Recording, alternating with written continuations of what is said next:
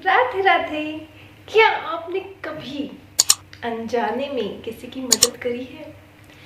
और जब मदद करी है अगर, तो उससे कभी उस खुशी को फील किया है जो हमने कभी कभी भी जीवन में फील नहीं करी होगी? आइए देखते हैं प्यारी सी कहानी और देखते हैं कि उससे होता क्या है।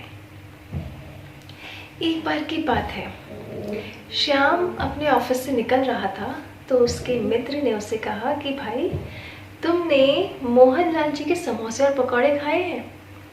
अब हमारे एरिया में समोसे बड़े अच्छे मिलते थे। श्याम ने सोचा और कहा कि मोहनलाल जी के समोसे और पकौड़े में क्या खास बात है?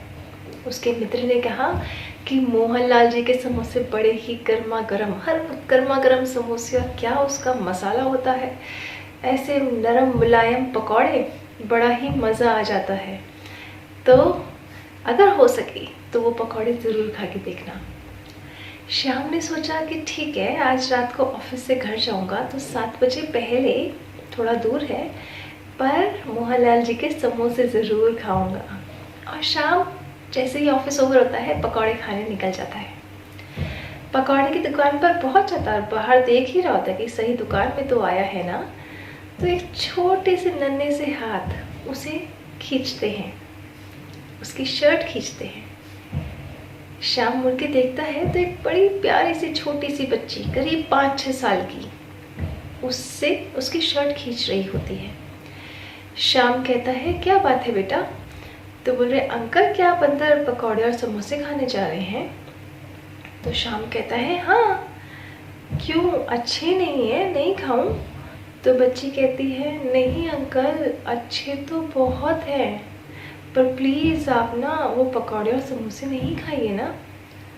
तो श्याम इस अजीब से निवेदन से बड़ा परेशान, अरे भाई, जब समोसे अच्छे हैं तो मैं क्यों नहीं खाऊं? तो बच्ची उसे पूरी कहानी बोलती है कि अंकल, दरअसल ये जो अंकल है ना, ये रात को जो भी इनके पास समोसे और पकौड़े बचते हैं तो वो हमें दे देते हैं। मैं और मेरा छोटा भाई, हम 2 ही जने हैं। तो ये जो समोसे पकौड़े मिलते हैं ये हम रात को खा लेते हैं, तो उससे हमारा पूरे दिन का पेट भर जाता है। अब अंकल एक्चुअली ना, कल भी इनका सारा पकौड़े और समोसे ख़त्म हो गए थे, तो हम कल के भूखे हैं। आज तो थोड़े से ही पकौड़े बचे हैं। अगर आज भी समोसे और पकौड़े नहीं मिले तो मैं तो रह लूँगी, पर मेरा छोटा भाई वो तो भूख के मारे कितना परेशान हो जाएगा। इसलिए आप आज प्लीज़ अंदर समोसे और पकौड़े खाने मत जाइए। उसकी इस प्यारी सी बात को सुन के श्याम अंदर तक हिल गया और उसने उस बच्ची से कहा कि नहीं, मैं तो समोसे और पकौड़े खाने अंदर जा रहा हूँ। यह कह के वे अंदर चला गया।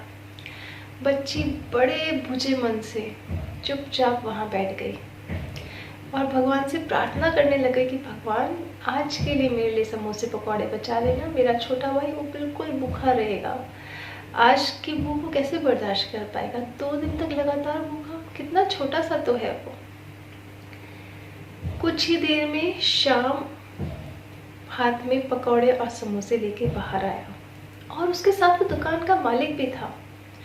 श्याम आता है और उस बच्ची को कहता है कि लो बेटा, ये तुम्हारे लिए समोसे और पकौड़े हैं और मैंने इन अंकल से बात कर ली है, ये हर दिन तुम्हें गर्मा गर्म समय पर समोसे और पकौड़े पकड़ा देंगे। अब तुम्हें रात में इंतज़ार करने की आवश्यकता नहीं है।